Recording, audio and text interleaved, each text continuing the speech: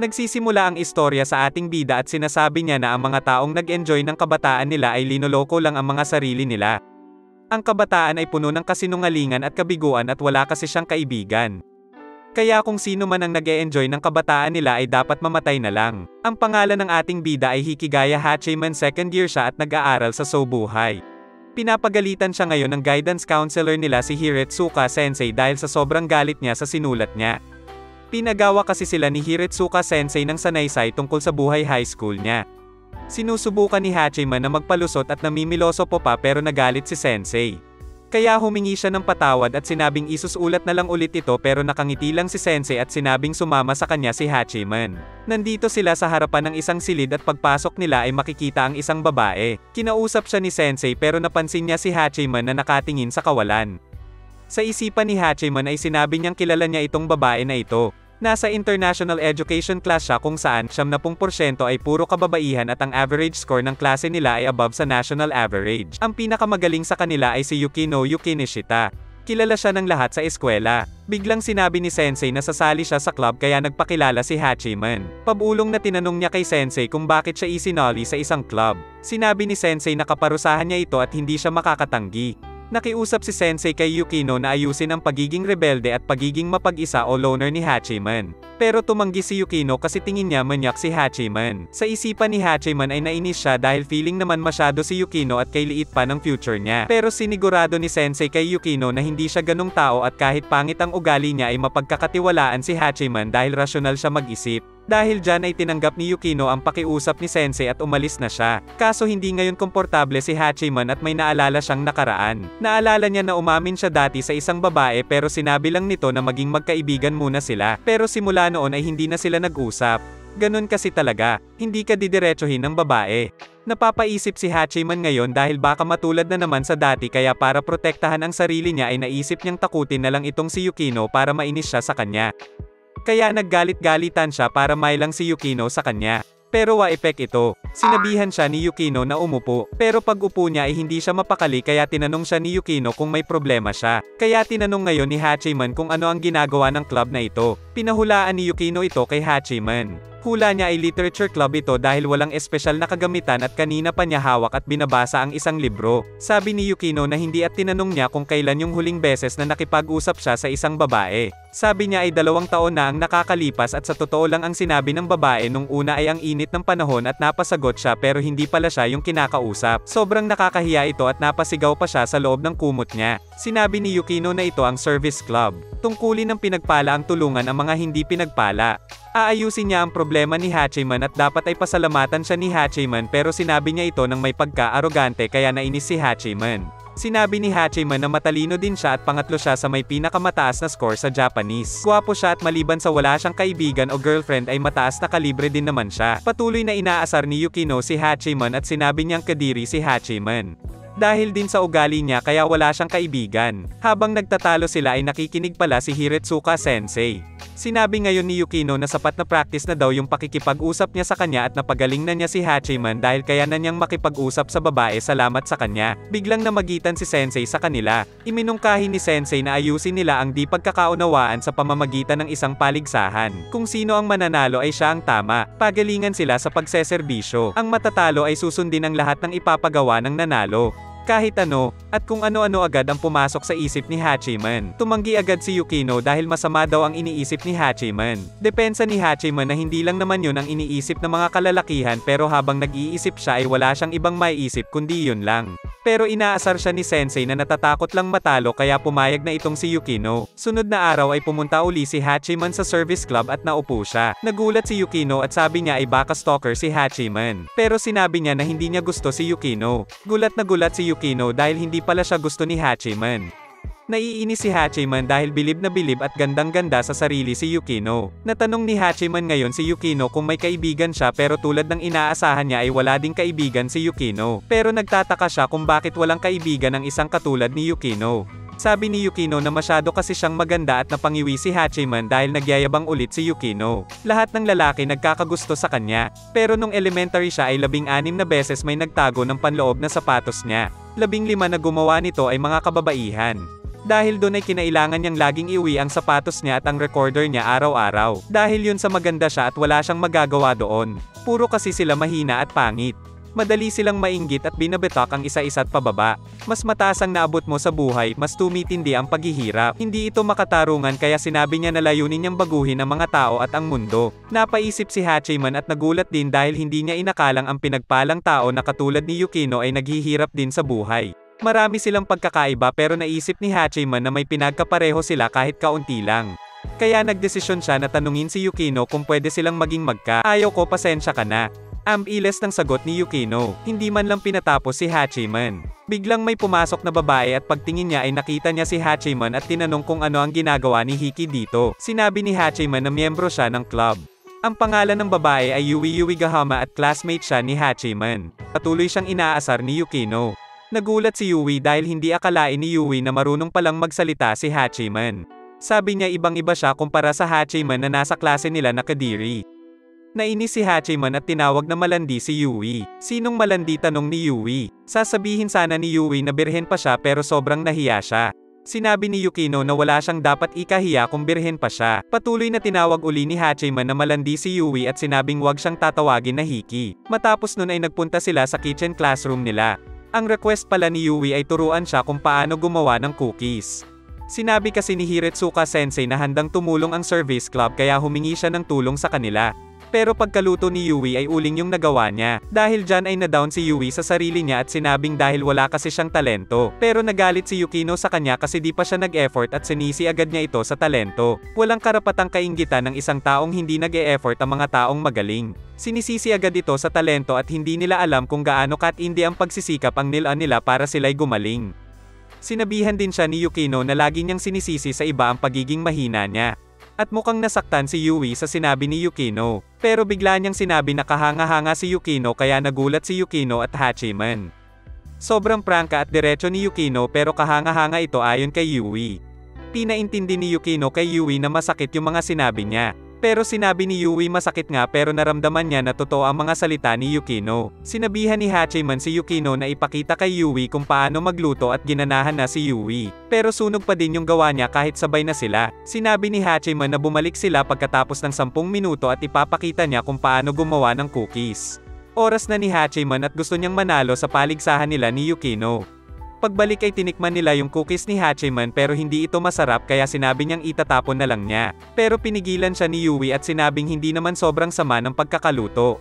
Ibinunyag ni Hachiman kay Yui yung cookies. Kwento niya tungkol sa kaibigan ng kaibigan niya na dati palaging may lumalapit na babae sa kanya para magkwento ng kahit anong nangyayari sa kanya at inisip ng kaibigan niya na baka gusto siya ng babae. Tinanong ng kaibigan niya kung sino yung gusto niya at sinabi ng babae na letter H nagsisimula ang pangalan at sinabi agad ng kaibigan daw niya na ako ba? Pero sinabi ng babae na hindi habang tinitingnan siya na parang direng-diri sa kanya. Pagkatapos niyan ay may nagdrawing pa sa kanya sa blackboard at pinagtitripan siya. Nakalagay sa board na ako ba? Alam na agad ni Yui at Yukino na si Hachiman yun at hindi kaibigan ng kaibigan niya. Pero ang punto ni Hachiman dito ay simple lang ang kalalakihan. Assuming kasi ang mga lalaki. Makausap mo lang ay iniisip na agad na gusto sila ng babae at kung sino man yung bibigyan ni Yui ng cookies ay masaya na sila doon kahit hindi masarap. Binato siya ni Yui kasi linait ni Hachiman yung cookies niya. Sa totoo lang sabi din ng kaibigan ko ganun nga ang mga lalaki guys. Yung kaibigan ng kaibigan ko napahiram lang ng calculator o kaya lapis o ballpen ay akala na niya may gusto na sa kanya yung babae. Pero dahil doon ay nagkaroon ng lakas ng loob si Yui. Sunod na araw ay pinag-uusapan nila Hachiman at Yukino si Yui kung naging okay naman ang request niya. Saktong dumating si Yui. Inabutan niya ng cookies si Yukino bilang pasasalamat at mukhang nagkakasundo na sila ni Yui. Ang tawag na ni Yui kay Yukino ay Yukinon. Napansin din ito ni Hachiman kaya lumabas siya para hindi sila maistorbo. Habang naglalakad siya ay inabutan din siya ni Yui ng cookies bilang pasasalamat. Pagkatapos ay pa-cute siyang umalis.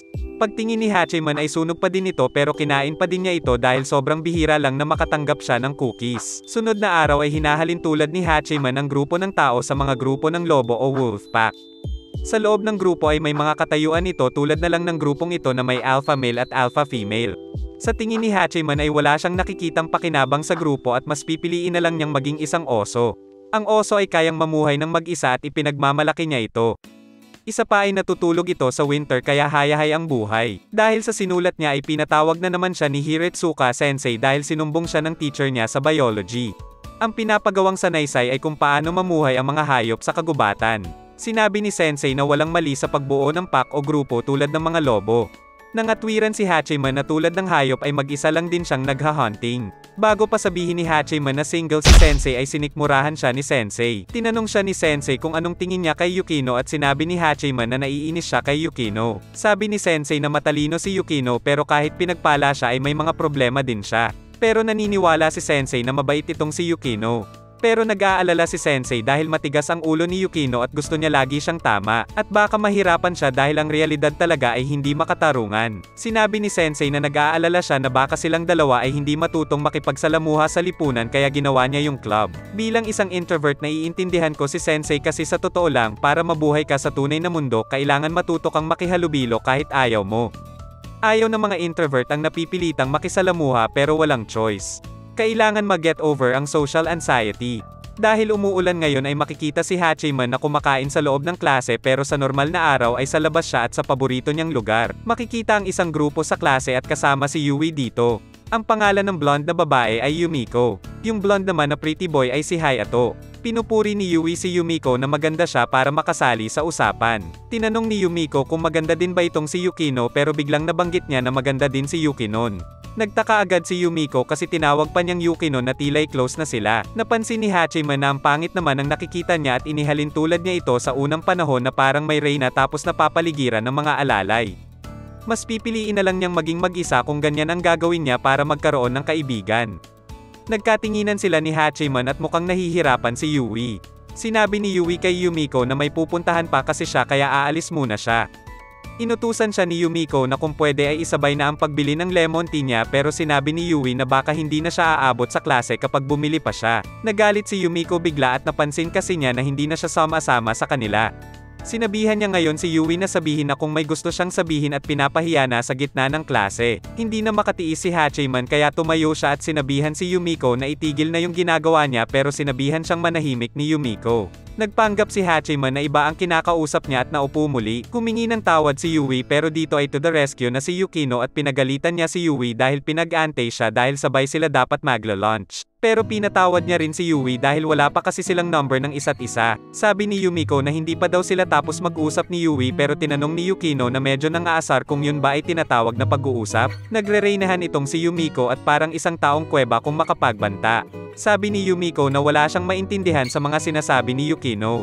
Namagitan si Hayato at pinatigil na si Yukino. At pati si Yumiko kaya naupo siya ng galit. Sobrang tindi ng tensyon at napaka-awkward kaya nagsilabasan na lang ang mga kaklase ni Hachiman. Sumabay na din sa agos si Hachiman pero nung papalabas siya ay pinasalamatan siya ni Yui dahil sa pinaglaban siya ni Hachiman kanina. Paglabas niya ay nag-aantay si Yukino. Kinausap ngayon ni Yui si Yumiko at sinabi niya na madalas nakikibagay siya sa isang grupo parang sa isang wolf pack. Pero pakiramdam niya ay napipilitan lang siya gawin ang gusto ng grupo. Parang sa bahay-bahayan, gusto din naman niyang maging nanay. Kaso lahat ng kalaro niya ay gusto din maging nanay kaya tinatanggap na lang niya yung ibang role. Sa madaling salita, sa grupo ni Yukino at Hachiman, hindi siya napipilitan na gawin ang gusto ng grupo. Kaya mas gusto na niyang sumama kila Yukino. Tinanong ni Yui kung pwede pa din silang maging magkaibigan. Pumayag naman si Yumiko kahit medyo inis pa din siya. Umalis na si Yukino pero nagulat si Yui dahil nakikinig si Hachiman. Sabi niya ay kadiri talaga si Hachiman. Nung nakarating na si Hachiman sa club room nila ay nakita niya si Yui at Yukino na nakasilip lang sa pinto at hindi pumapasok. Kaya tinanong niya ngayon sila kung anong meron pero nagulat sila. Pagpasok ni Hachiman ay may lalaki at may nagliliparan pa ng mga papel para epic yung intro niya. Si Hachiman pala ang inaantay niya. Pero itinanggi ni Hachiman na kilala niya ang lalaking ito. Pero sabi ng lalaki na magkakilala sila at nagkasama sila dati sa matinding paghihirap. Kaya ngayon ay inamin ni Hachiman na kilala niya ang lalaking ito at ang pangalan niya ay Zemokuza. Nagpakilala siyang si Blade Master General Zemokuza Yoshiteru. Sinubukan siyang kausapin ni Yukino pero hindi siya pinapansin. Si Hachiman lang ang kinakausap niya. Tinanong ni Yukino si Hachiman yung tungkol sa Blade Master General at kung ano yon. Sabi ni Hachiman na isang chunibyo o may 8th grade syndrome si Zemokuza. Ang taong may 8th grade syndrome ay ginagaya ang isang karakter sa pantasya sa utak niya at umaarte siya na kunwari siya yon. Sa kaso ni Zemokuza ay ginagaya niya ang isang mandirigma nung unang panahon sa Japan. Sabi ni Hachiman na dati ganun kasi siya. Nagko-cosplay siya dati at gumagawa pa siya ng Spirit World Diary at Government Report, pero ngayon hindi na. Pero itong listahan ng mga taong gusto niyang tapusin ay meron pa din. Una sa listahan sa parehong page ng notebook ay si Yukino. Linapitan ni Yukino si Zemo Kuza at sinabing umayos siya. Dapat ay humaharap siya sa tao kapag nakikipag-usap. Pinatigil din niya ang pag-arte niya bilang isang Blade Master at agad na sumunod si Zemo Kuza. Sinabi niya na sasali kasi siya sa paligsahan ng mga bagong manunulat. At gusto niyang hingin ang opinyon nila sa kanyang light novel. Ayaw niyang humingi ng opinyon sa mga websites kasi baka hindi niya kayanin ang mga kritisismo nila. Pero sabi ni Hachiman na mas malala pa si Yukino sa mga website sa pagpuna. Kasabay ni Hachiman sa pag-uwi si Zemo Kuza habang umiiral na naman ang 8th grade syndrome niya. Nung tatawid siya ay may dumaan na mabilis na kotse at meron ding aso na tumatahol kaya may naalala si Hachiman na kotseng itim, isang aso at tumumbang bisikleta. Pagkatapos nun ay tumawid na siya para makauwi. Habang nasa kwarto ay binabasa niya ngayon yung light novel ni Zemo Kuza. Pati din si Yukino ay nagbabasa maliban nga lang kay Yui na enjoy sa harapan ng TV. Pagpasok ni Hachiman kinabukasan ay inaantok pa siya. Binati agad siya ni Yui pero nagtaka si Hachiman kung bakit hindi man lang inaantok si Yui. Nahuli siya ni Hachiman na hindi binasa yung sinulat ni Zemo Kuza. Pagpasok sa clubroom nila ay binati niya si Yukino pero nakaidlip siya. Dito'y nagising na si Yukino habang si Hachiman ay namumula kasi nagandahan siya kay Yukino habang natutulog siya. Nung nakita ni Yukino si Hachiman ay sinabi niya na hindi na siya makakatulog dahil nakita niya ang pagmumuka ni Hachiman. Nainis si Hachiman sa sarili niya dahil muntik na siyang maakit sa ganda ni Yukino. Gusto niya ngayon na patulugin habang buhay si Yukino sa sobrang inis. Nandito na silang lahat kaya sinabi ni Zemo Kuza na gusto na niyang marinig ang mga opinyon nila. Basura ito, sabi ni Yukino. Ito ang pinakabasura sa lahat ng basura. Kailangan ayusin ni Zemo Kuza ang grammar niya. Paulit-ulit yung salitang hyperbaton. Mali din ang kanji na ginamit niya. Isa pa ay laging tinatanggal ng bidang babae ang damit niya. Huling puna ni Yukino ay hindi pa ito tapos ay pinabasa na agad sa kanila. Bumagsak at napaluhod na si Zemo Kuza. Si Yui naman ay sinabing maraming alam na kanji si Zemo Kuza. Sunod si Hachiman. Nagkatitigan si Hachiman at Zemo Kuza at tila'y nagkakaintindihan sila. Tinanong ni Hachiman kung saan niya ito kinopya. Direct hit na naman kay Zemo Kuza. Linapitan ni Hachiman si Zemo Kuza at sinabing ang pinaka-importante naman ay ang drawing. At lumabas na ang kaluluwa ni Zemo Kuza dahil sa finishing blow ni Hachiman.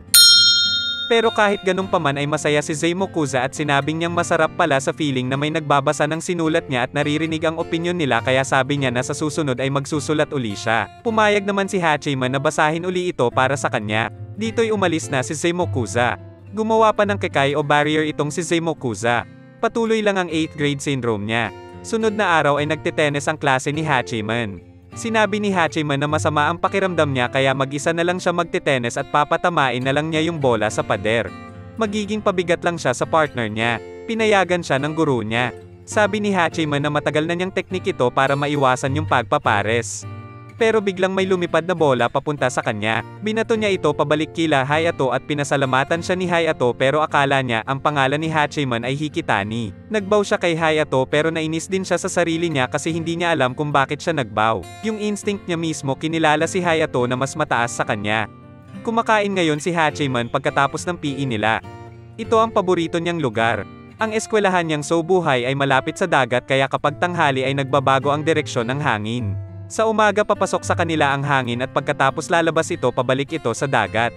Pero habang nag-enjoy siya sa alone time niya ay napansin siya ni Yui at tinanong kung bakit siya nandito. Sagot ni Hachiman na dito siya palagi kumakain. Pero sa loob-loob ni Hachiman ay naiinis siya kasi ginulo ni Yui yung alone time niya. Nakaka-relate ako kay Hachiman bilang introvert dahil na-enjoy namin ang alone time namin. Ito kasi ang pagkakataon namin mag-recharge. Mahilig din kasi kaming kausapin ang sarili namin sa isipan. Ikinwento ni Yui na kaya siya bumili ng inumin ay dahil natalo siya sa pastahan nila ni Yukino. Patuloy silang nagkwentuhan ni Yui pero binago niya ang usapan at may tinanong kay Hachiman. Tinanong niya kung may naalala siya sa opening ceremony nila. Sabi ni Hachiman ay wala dahil na-aksidente kasi siya nung araw na yon. Medyo nagulat si Yui pero bago pa siya matapos sa itatanong niya ay may dumating na kakilala si Yui. Sabi ni Yui na masipag siya dahil kahit tanghali ay nagpa-practice pa din siya ng tennis. Sabi niya na gusto niya kasi ang tennis at pinuri din niya ang form ni Hachiman. Nagagalingan siya kay Hachiman. Tuwang-tuwa naman si Hachiman pero tinanong niya kung sino siya. Ang pangalan niya ay Tatsuka Saika at magkaklase sila. Akala ni Hachiman na babae babae siya pero sinabi ni Saika na lalaki siya at nagulat si Hachiman. Nung nagte-tennis na uli sila ay linapitan siya ni Saika. Nakiusap siya kung pwedeng si Hachiman ang maging partner niya na medyo nagpapakyut pa. Pumayag naman si Hachiman. Dito'y kakatapos lang nilang maglaro at di siya masyadong mapakali dahil nakadikit si Saika sa kanya. Pero dito nagkwento si Saika sa kanya tungkol sa tennis club niya. Maunti ang miyembro nila at aalis na ang mga third year nila kaya lalong sasama ang sitwasyon ng tennis club dahil maunti na lang ang magaling. Humingi siya ng pabor kay Hachiman kung pwedeng sumali siya sa tennis club.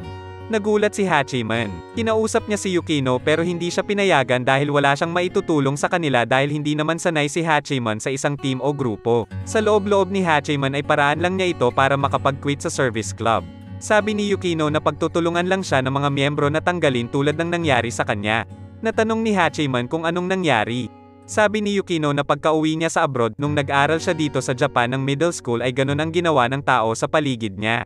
Pinagtulungan siyang alisin sa tennis pero hindi sila nagsikap na magpagaling na talunin siya. Tinanong siya ni Hachiman kung si Yukino ang nasa lagay niya ay paano niya tutulungan si Saika. Sabi niya napapatakbuhin niya si Saika ng ilang laps sa court hanggang mamatay, practice swing hanggang mamatay at practice match hanggang mamatay. Biglang dumating si Yui kasama si Saika.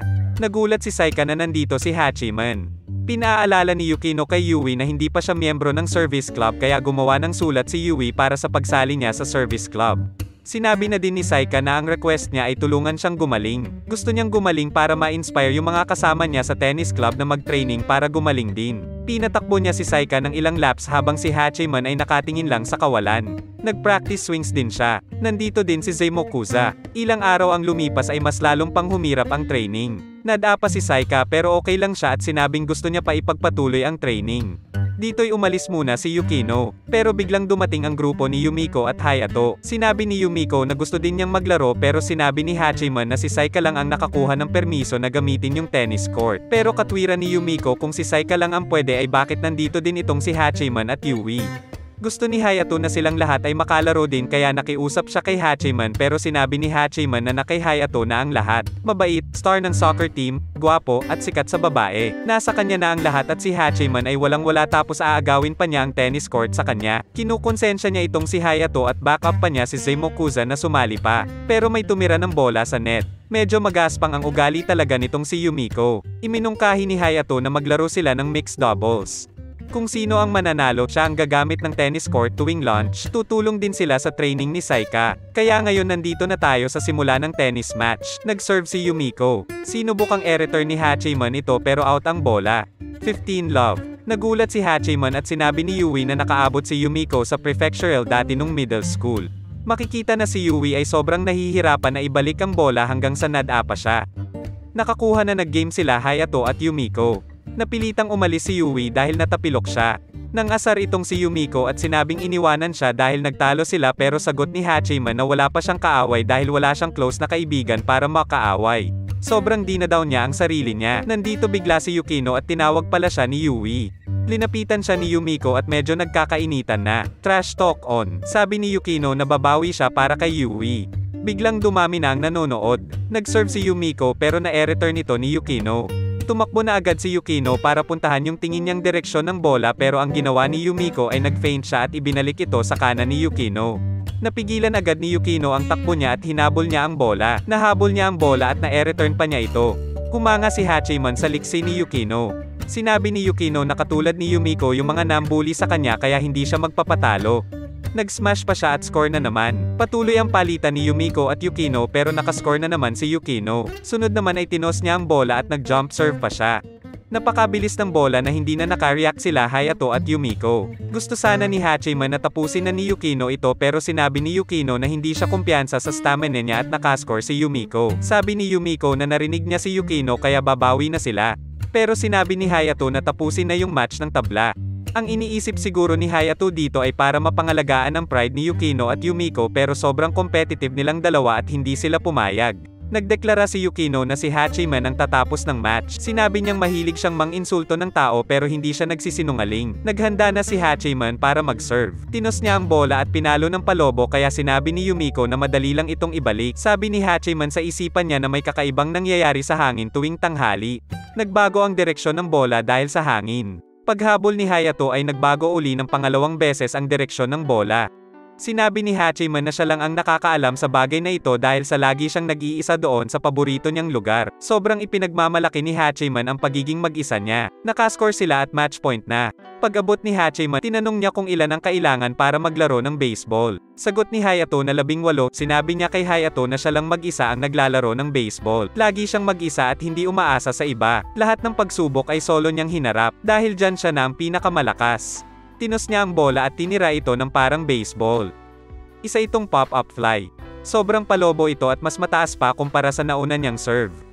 Hindi maintindihan ni Yumiko ang nangyayari pero pagtalbog ng bola ay inside naman sa box kaya good ito, hindi fault. Hinabol ito ni Yumiko pero binalahan siya ni Hayato.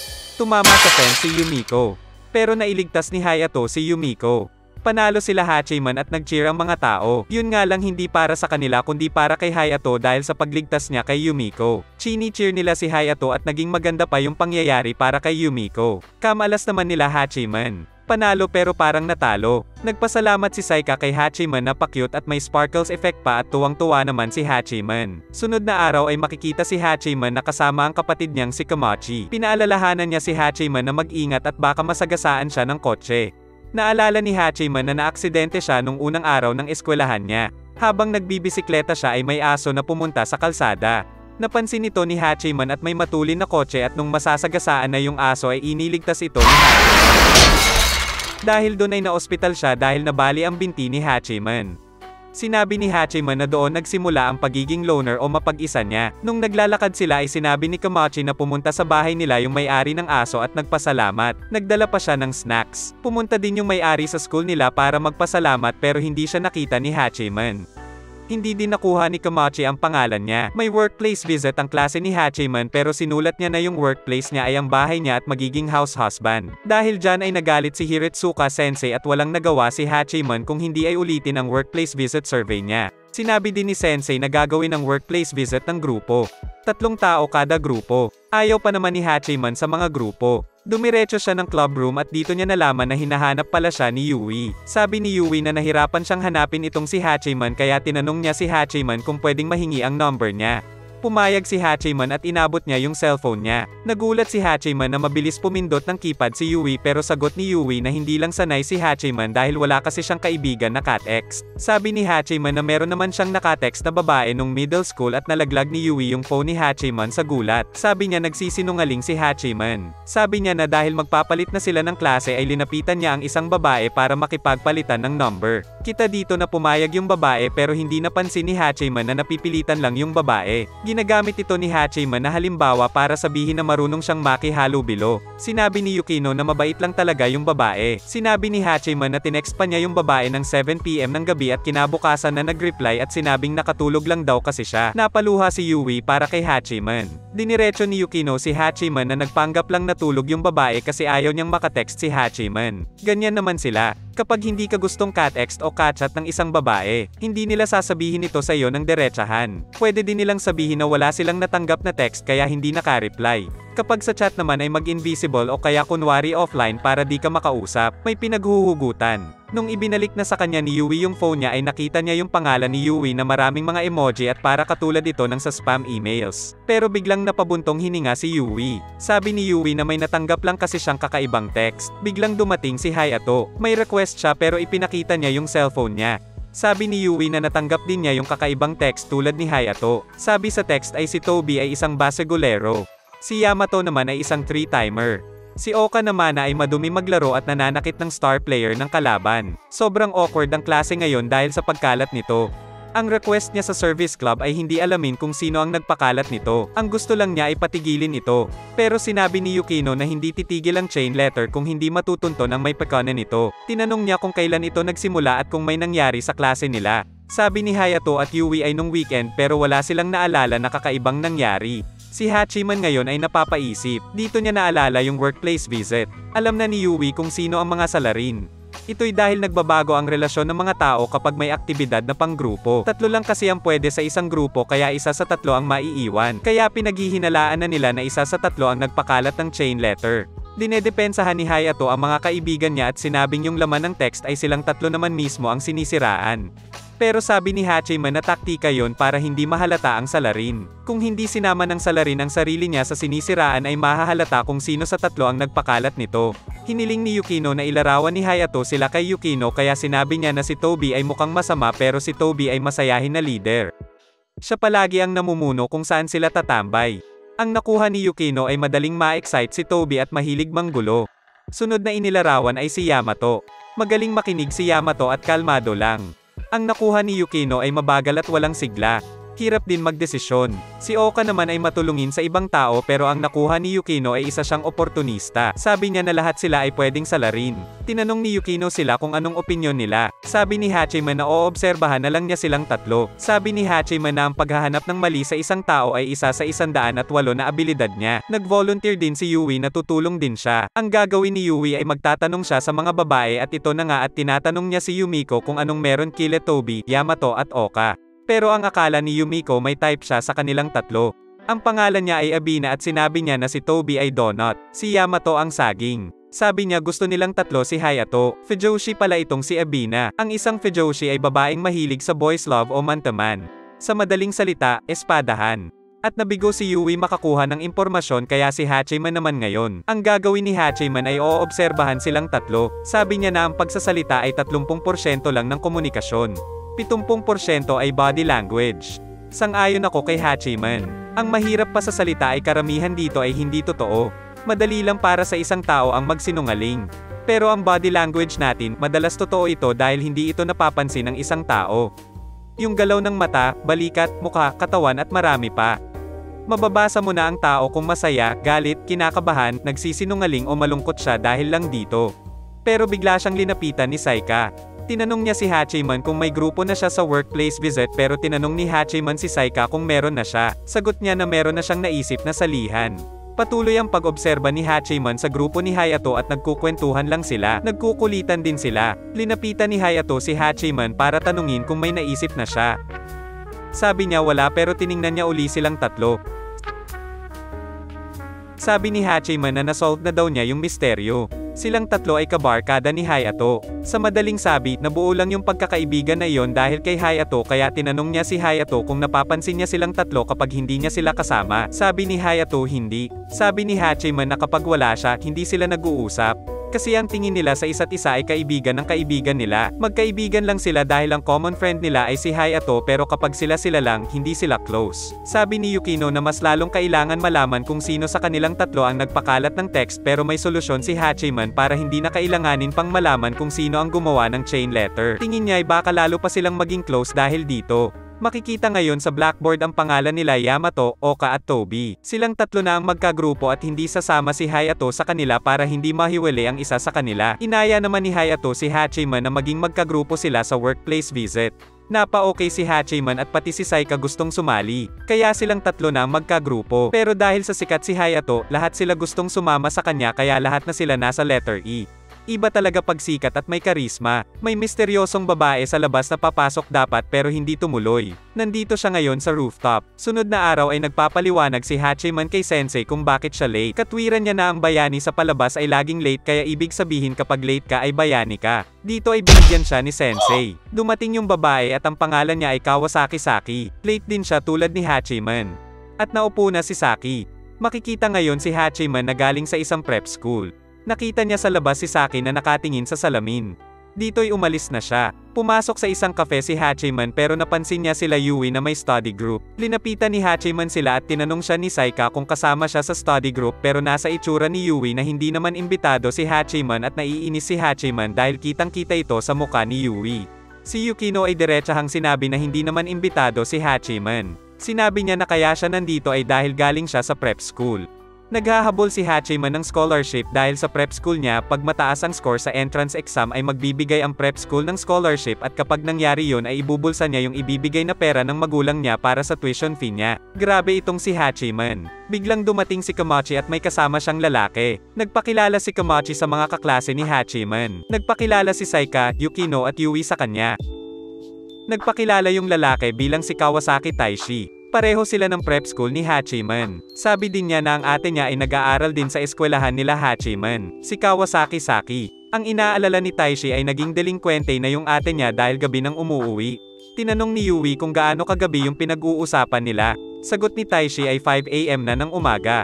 Wala ang mga magulang nila dahil laging nasa trabaho at ang mga kapatid niya ay mas bata pa kaya wala silang magawa sa ate niya. Medyo nakaka-relate si Yukino sa problemang pampamilya niya kaya sinabi niya na dahil ang ate niya ay estudyante ng Sobuhay, sakop siya ng service club kaya tutulungan nila si Taishi. Nandito sila ngayon sa labas ng eskwelahan. Ang plano ni Yukino ay gamitin ang pusa at palambutan ng puso ni Saki. Inutusan niya sila na pumunta na sa pwesto nila. Meow. Meow. Meow. Meow. May lomambat ang puso pero hindi yung kay Saki. Saktong nasa likuran niya si Hachiman at tinanong kung anong ginagawa ni Yukino. Nagalit itong si Yukino dahil wala si Hachiman sa pwesto niya pero ang basa ni Hachiman kay Yukino ay kapag may sinabi pa siya sa ginagawa ni Yukino kanina ay papatayin siya ni Yukino. Biglang may tumawag kay Hachiman. Si Taishi ang tumawag at sinabi sa kanila na ayaw ng ate niya sa pusa dahil may allergy siya. Ang sunod na plano ay ipapakausap nila si Saki sa nakakatanda sa kanya. Tinawag ni Sensei si Saki at sinabing late na siya palagi umuwi. Hindi niya sasabihin kung sino ang nagsabi sa kanya pero pinagsabihan ni Hiretsuka Sensei na isipin ni Saki yung mga tao sa paligid niya. Nag-aalala sila sa kanya lalo na ang mga magulang niya. Napaisip si Saki pero sagot niya ay hindi maiintindihan ni Sensei ang pakiramdam ng magulang dahil single siya. KO! Knockout si Sensei. Dagdag ni Saki na mas kailangan isipin ni Sensei yung hinaharap niya bago yung sa iba. Sabi ni Yui na baka ang problema ni Saki ay pag-ibig kaya nandito ngayon si Hayato. Kinakausap ni Hayato si Saki at sinabing kung kailangan niya ng masasandalan ay nandito lang siya. Pero walang effect yung charms ni Hayato at linimpasan lang siya. Pinagtatawanan ni Hachiman si Hayato.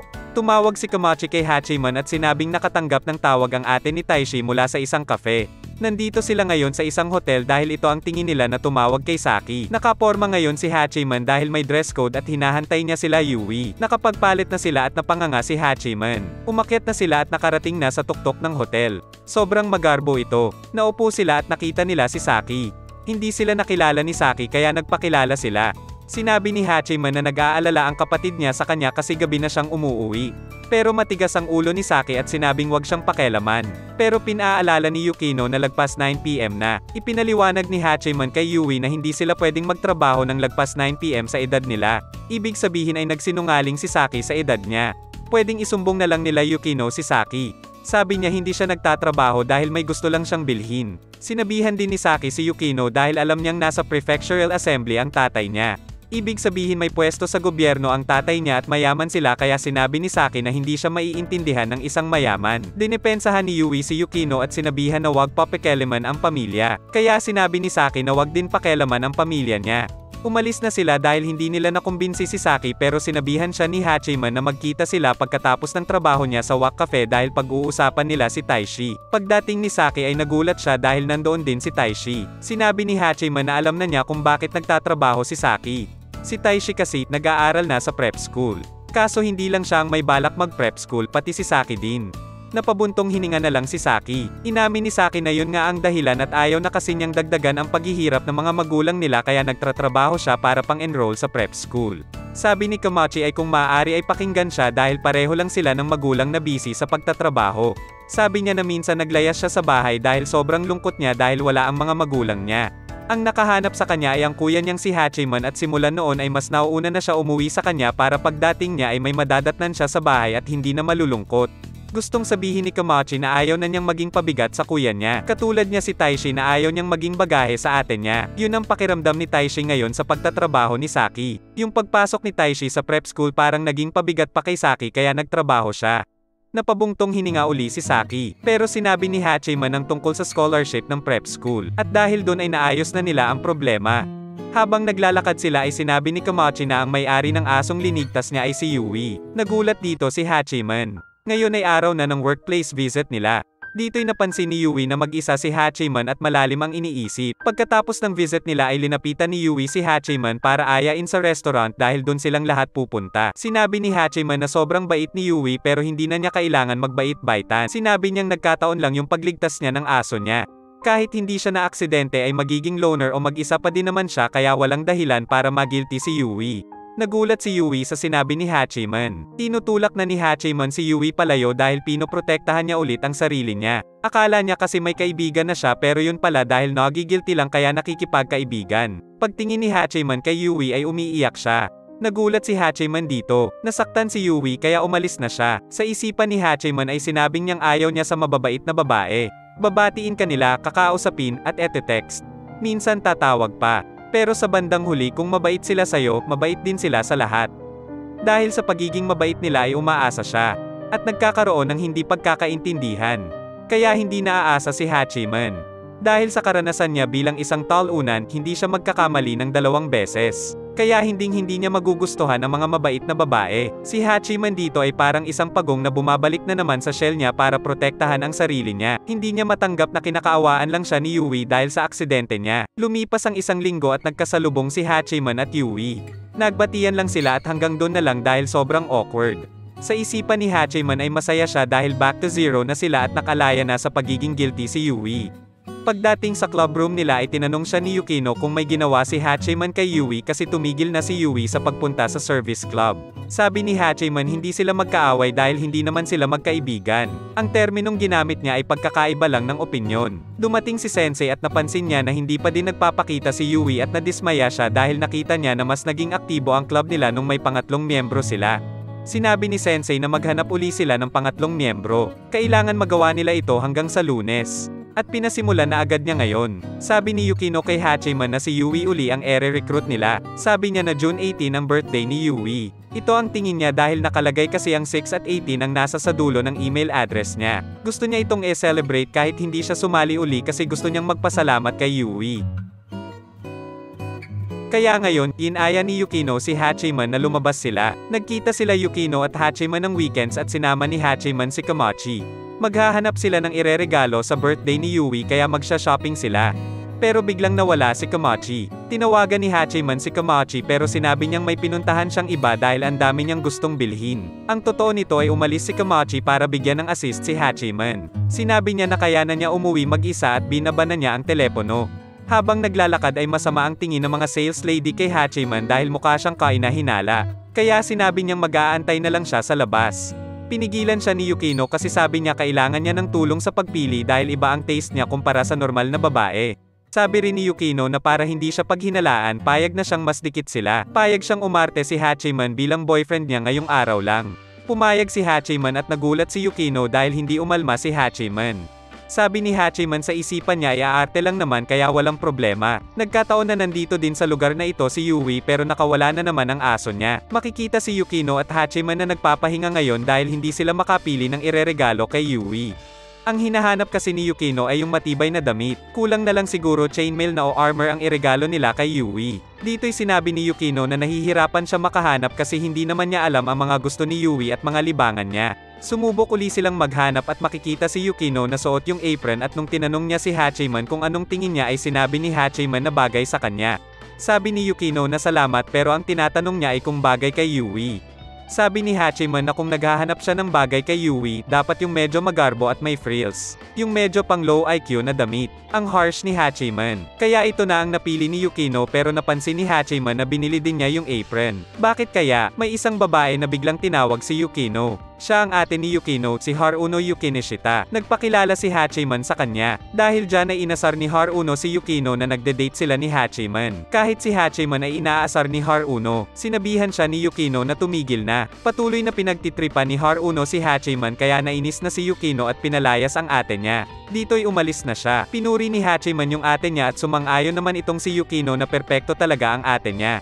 Pero sinabi ni Hachiman na si Yukino din naman ay perpekto tulad ng ate niya. Linino niya na ang hinahangaan niya sa ate niya ay yung maskara niya. Mukha siyang napakabait at laging nakangiti. Siya yung nagsisimula ng usapan. Pero sa tingin ni Hachiman ay peke ito. Biglang may aso at natakot si Yukino. Dumikit si Yukino kay Hachiman sa takot at bigla itong tumalon.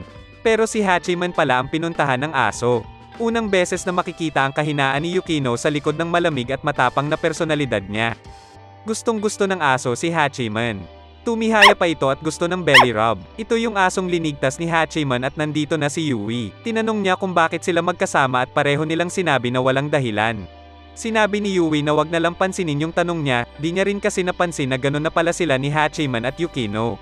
Sa loob-loob ni Hachiman ay sinasabi niyang mali ang inaakala ni Yui. Sabi niya ay aalis na siya pero sabi ni Yukino na meron siyang gustong sabihin tungkol sa kanila kaya inimbitahan niya si Yui sa clubroom na pumunta ng Lunes. Sabi ni Yui na parang ayaw niyang marinig yung sasabihin ni Yukino. Sinabi ni Yukino na matagal na niyang itong gustong sabihin sa kanya. Lalo atang nagkakaroon ng hindi pagkakaintindihan.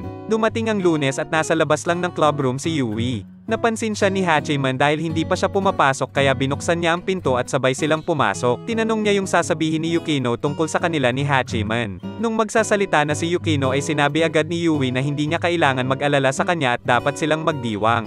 Nagulat si Yukino kung paano niya nalaman. Matindi na yung hindi pagkakaintindihan nila at napansin na ito ni Hachiman. Kaya kinausap na siya ni Hachiman. Pinaliwanag niya na hindi sila nagde-date ni Yukino. Nagulat si Yui dahil nagkamali siya ng akala. Dito ay sinabi ni Yukino na ang ipagdidiwang nila ay yung birthday ni Yui at may regalo si Yukino bilang pasasalamat sa kanya. Sobrang nagustuhan ito ni Yui. Si Hachiman ay may regalo din kay Yui. Sabi niya ay hindi lang ito regalo sa birthday niya. Ito din ay para quits na sila. Tungkol pa din ito sa pagiging guilty ni Yui sa aksidente ni Hachiman. Sinabi niya na hindi niya iniligtas ang aso niya dahil may hinihingi siyang kapalit. Kaya wag na niyang alalahanin siya at tapusin na ito dito. Pero sinabi ni Yui na hindi naman niya ginagawa yung mga bagay na ginawa niya kasi naawa siya o nagi-guilty siya. Sabi ni Yukino na wala naman intensyon si Hachiman na iligtas ang aso niya dahil humihingi siya ng kapalit. Si Yui naman ay hindi nagi-guilty at hindi kinakaawaan si Hachiman. Sa simula pa lang ay mali na kaya tama lang si Hachiman na tapusin na ito. Pareho silang biktima sa nangyari. Pareho silang walang kasalanan kaya hindi naman kinailangang magkaroon ng pagtatalo. Dahil dyan ay pwede na silang makapagsimula muli. Back to zero. Ere-report ni Yukino kay Sensei na bumalik na si Yui. Si Yui naman ay binuksan na yung regalo ni Hachiman. Sobrang nagandahan siya kaya sinuot agad niya ito, kaso may problema. Collar ng aso ito. Nagalit si Yui at binato si Hachiman. Umalis siya at nagdabog. Pero tulak ng bibig, kabig ng dibdib. At dito nagtatapos ang ating recap. Please like and subscribe mga kapatid. Peace!